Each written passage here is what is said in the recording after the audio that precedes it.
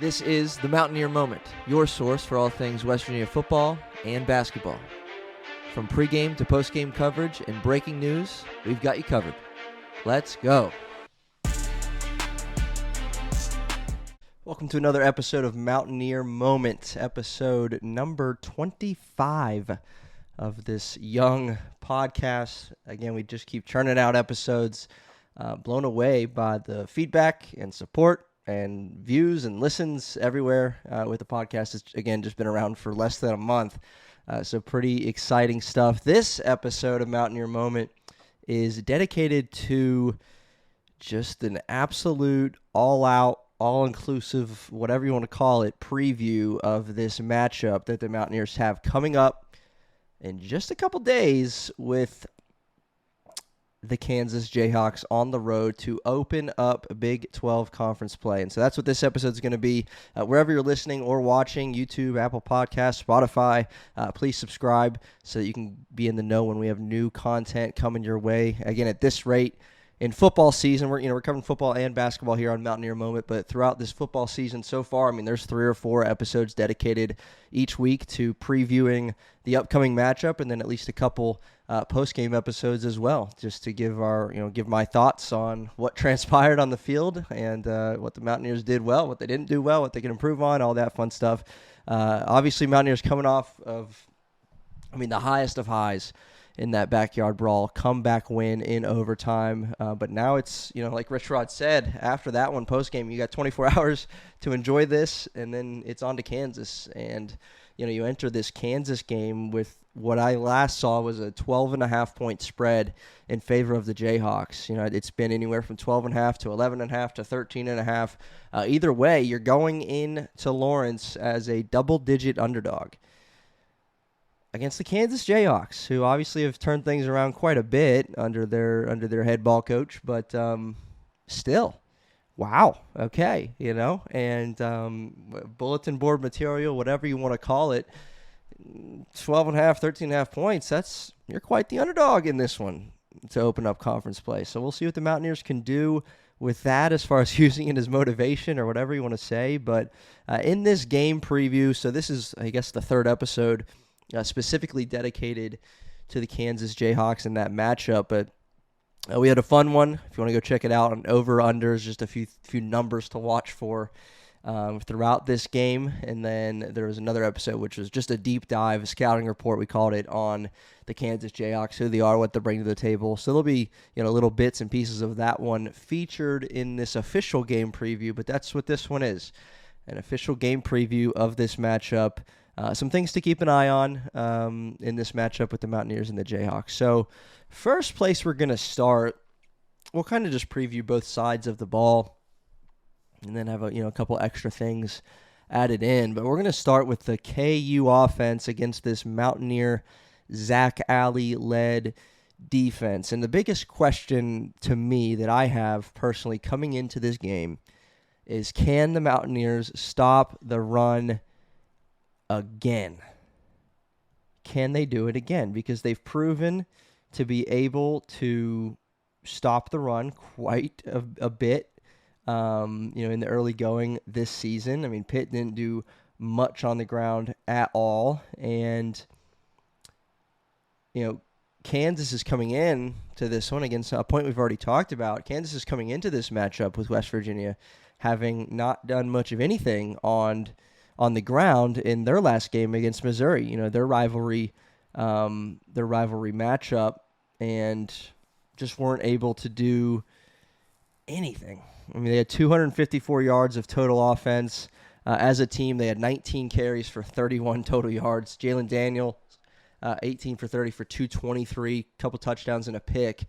But to me, the matchup, now I get Daniels is a playmaker. He's been there for 17 years. As we keep saying every episode, but and he's a threat through the air with his legs, veteran guy, he's something to keep an eye on, something to worry about. But the matchup for me is just how well, will things stick to the course as far as what it's been so far. Kansas coming off a game where they didn't run the ball. West Virginia coming off a game defensively where they've stopped the run. West Virginia is 12th in the nation in yards per carry given up.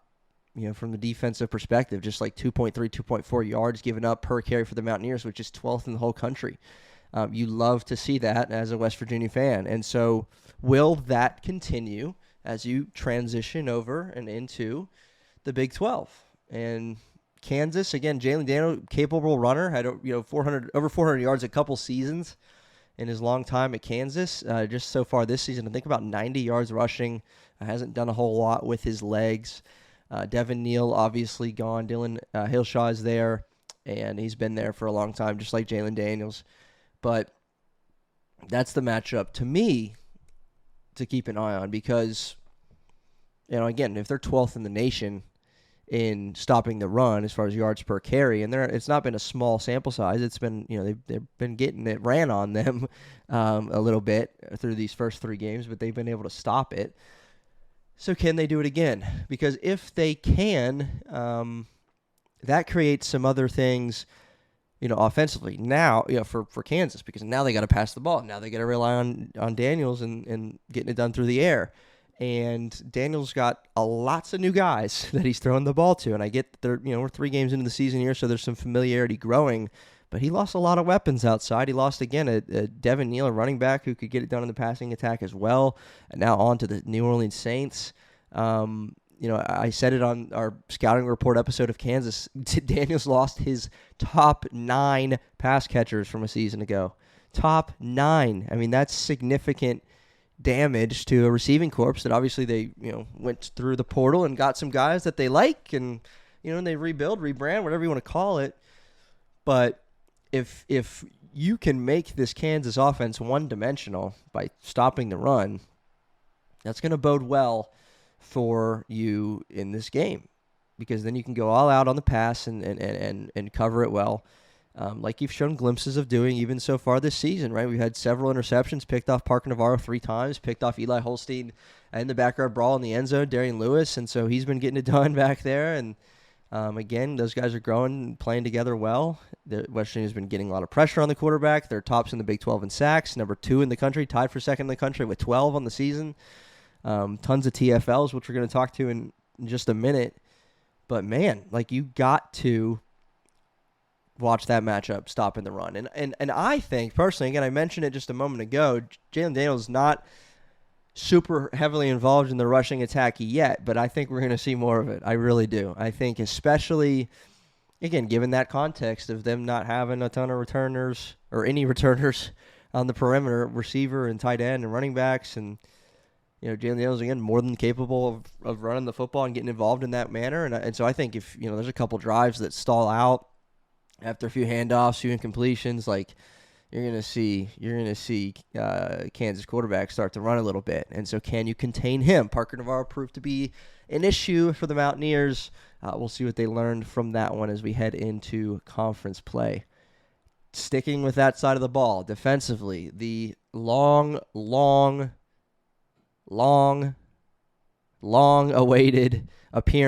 debut of Jamori Robinson, former American Conference Defensive Player of the Year, is finally here. The wait is over. The eligibility situation is apparently figured out not once and for all, but finally, and established, and he can play, and so he's going to be out there. Again, we mentioned this last week because there's a possibility of him seeing the field against Pitt, but now that it's been verbally even stated by the head coach that Jamori's going to make his debut against Kansas, well, how much action is he going to see? Right, so you're going to get 10 snaps, you're going to get 30 snaps, you're going to get 50 snaps, and how much of an impact will he be able to make with those snaps that he's given? Obviously, he's incredible, coming off the line, getting around the edge, and getting to the quarterback and making plays in the offensive backfield. So that's a welcome addition to a team that's already doing a lot defensively when it comes to flustering the quarterback, flushing him out, and putting him on the ground with sacks and getting some TFLs and all that. I mean, now you're adding Jamori Robinson, who coming into the season was your number 1 guy when it comes to doing those kind of things, getting pressure, creating sacks, creating TFLs, just wreaking havoc in the offensive backfield. I mean, now he's back. Now he's here.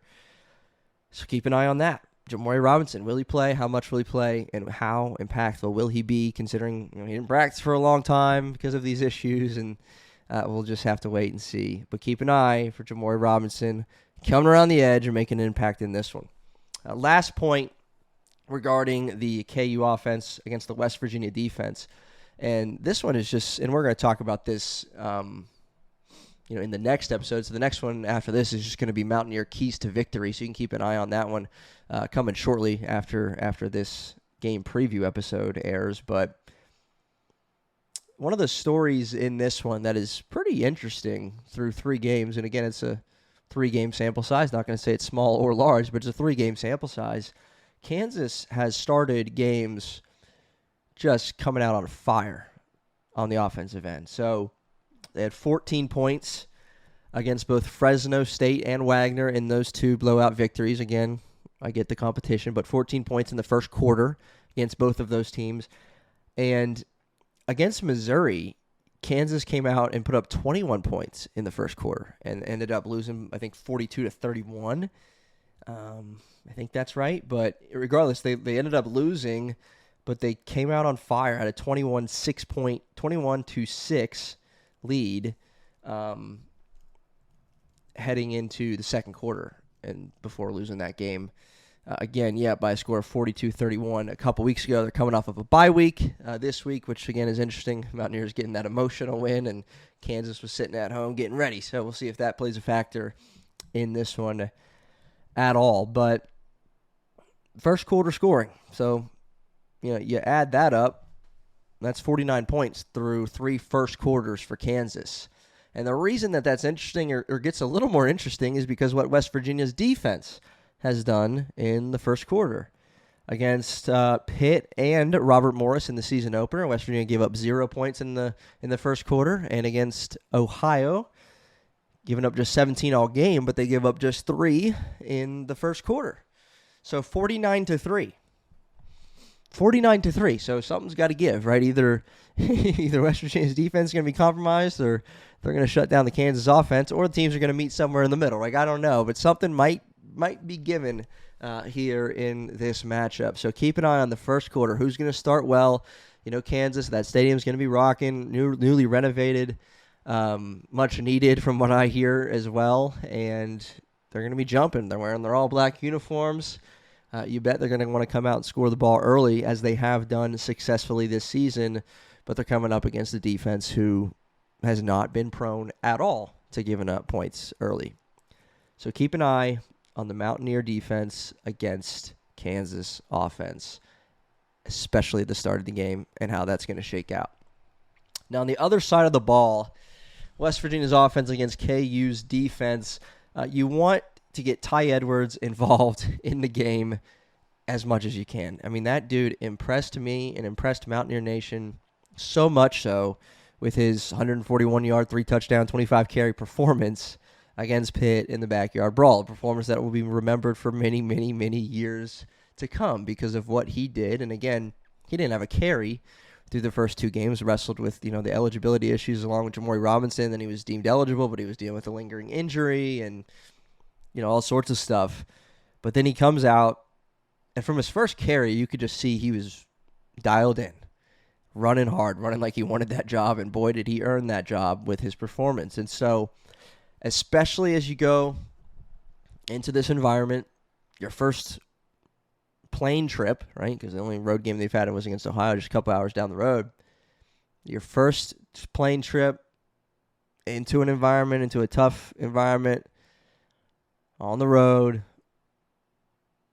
You're still not exactly sure what you have with your offensive line, especially in pass blocking. Tye Edwards and this run game need to be established early and often.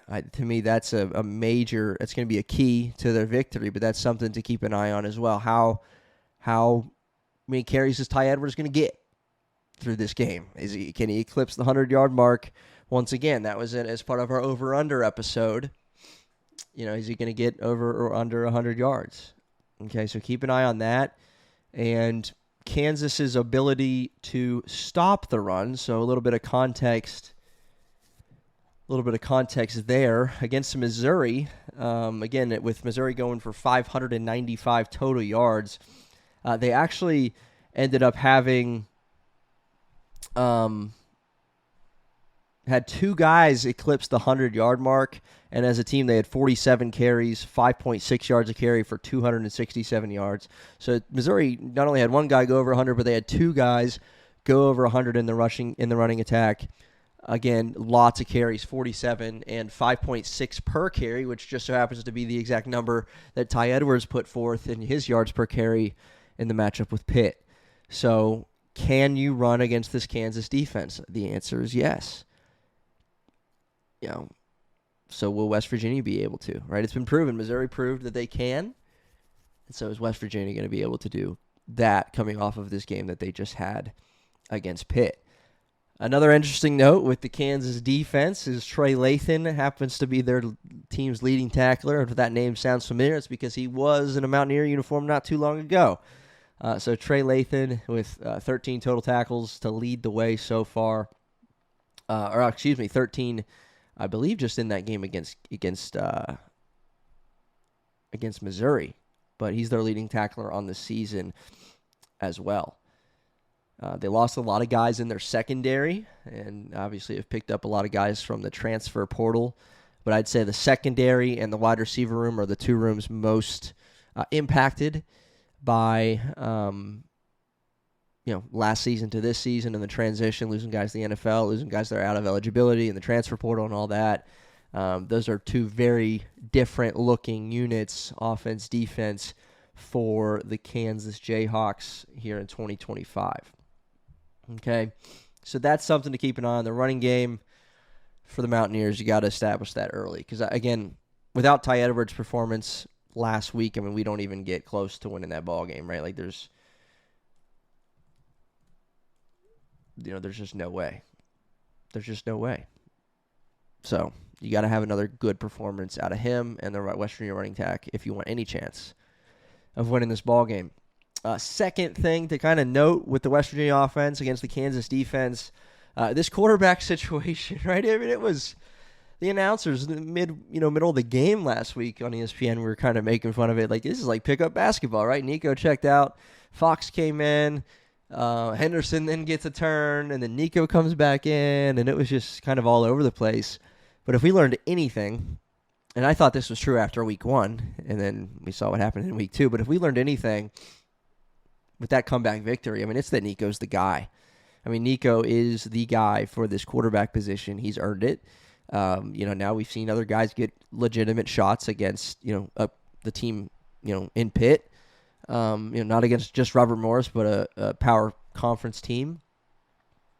And Nico's the one that got us the lead early, right? Win to halftime with the lead. He checks out, comes back in. We're trailing, and he gets a double-digit, comeback. He scores, leads the offense to 3 straight scores on consecutive possessions down the stretch. 2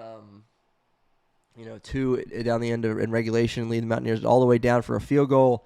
And then obviously the touchdown pass with 11 seconds left to Grayson Barnes. And then we know the story in overtime with the Mountaineer mash, whatever you want to call it, that insane offensive formation with 9 offensive linemen and then Tye Edwards punching it in after the handoff from Nico. But Nico's the guy, and he got the job done. And so just watch him. And again, we've seen a few different variations of Nico this season. Against Ohio, it wasn't pretty. Now, no one was pretty against Ohio, and I get that.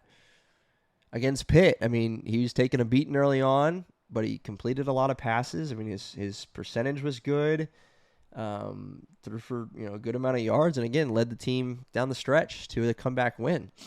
That was Nico. And so watch what kind of level of confidence he plays with and poise that he plays with, because if we see the Nico that came out and led us to 3 straight scores when we needed all 3 of them, then I'm going to be pretty happy with that, right, if we can say it that way. So Nico is a guy, he's the guy, I should say, at the quarterback spot. And again, I'd expect him to get, if not all the snaps, close to it, right? I don't think we're going to see a situation quite like last week. I think Nico's going to come out, and I think he'll play well. I really do. I mean, he's a confident kid, always has been. But, man, that's got to do something for your confidence doing what you just did in comeback fashion, coming back off the bench. So happy for Nico, but I think this quarterback situation, in my opinion, is resolved, and it's Nico's job. All right, a couple more things here. So last week, obviously, Rodney Gallagher had an impact. I think he had like 7 catches. I'm going to look it up right now. Rodney Gallagher had an impact. Grayson Barnes had an impact. And so my question, 7 catches on, I think, 8 targets for Gallagher, 61 yards. A couple real big plays. Grayson Barnes had 5 catches, 58 yards. Remember that seam over the middle as one of those scoring drives. And then, of course, the touchdown with just a few seconds left. Those are the 2 guys who really, really made an impact in the receiving game. My question coming into this Kansas game is who's it going to be this time? Will it be Rodney or Grayson Barnes again? Justin Smith-Brown, we saw him make a big play after a catch and run from Scotty Fox. Cam Vaughn, quiet over the last couple weeks, but we know what he's capable of. We saw it against Robert Morris, and we've seen it in flashes in every game. He was getting doubled. The safety was hanging out with him all night long against Pitt, and that freed up these other guys like Grayson Barnes for some catches over the middle. So we'll see how Kansas chooses to play it. Are they going to allow Cam Vaughn to be in one-on-one situations? And if he is, you better bet that he's going to win some, and he's going to put up some yards. So who's it going to be this week, right? We know Tye Edwards was the story, and not to say that it overshadowed the performance of Rodney Gallagher and Grayson Barnes, but those ones are a little quieter. And I think they deserve the love too, right? Because they really played well and helped the Mountaineers get to a victory. And if you're going to overcome being a double-digit underdog on the road in a conference game, you're just going to have somebody step up. So will it be those 2? Will it be a new person? There's plenty of guys for the Mountaineers, at receiver that you can throw out there and hope to make an impact. So we'll just have to wait and see. So who's it going to be this week? Again, we already spoke about this Mountaineer heavy package that we saw with the 9 offensive linemen. Rich Rod said he's not afraid to use it, even in the middle of the field. So will we see that? Will we see some new wrinkles to it? And, how effective is this offensive line going to be? Obviously, if you score 3 straight times down the stretch against Pitt, your offensive line was doing something right. And I'm going to keep standing by that. But they had their fair share of struggles against Pitt as well, especially early on. So what kind of offensive line play are we going to get? And this is, again, going up against the Kansas defense, who, just like the Mountaineer defense, likes to blitz, likes to get in the backfield, likes to wreak havoc. And so what will that look like here in this matchup with the Mountaineer offensive line? Again, I think just like it did for Nico and just the whole team overall, who's busted their butt in this Rich Rod system all summer long, all camp long, all fall long, and, now you get a comeback victory over Pitt in the Backyard Brawl, and everybody's emotional, and everybody's pumped, and everybody's juiced up, man. It's great. What will that do for this offensive line, who probably has been the most discussed about position group in a negative way for the Mountaineers so far this season? So what will it do? How's it going to translate into Saturday's matchup with the Jayhawks? You would love to see continual improvement from the O-line, because there's no doubt about it. They improved from Ohio to Pitt, and they improved throughout the course of the Pitt game. Let's put it at that. They did. Now here's another opportunity to show yourself and to improve once again, to take another step as a double-digit underdog for the Mountaineers. So again, kickoff is set for Saturday, 6 o'clock Eastern time from Lawrence, Kansas, a matchup with the Jayhawks on FS1. So be sure to tune in for the Mountaineers again. If you didn't catch some of the episodes already this week previewing the matchup with Kansas, or again, there's one coming, and it might be already out now, talking about some keys to victory for the Mountaineers. So go check that out, and we'll see you next time on Mountaineer Moment.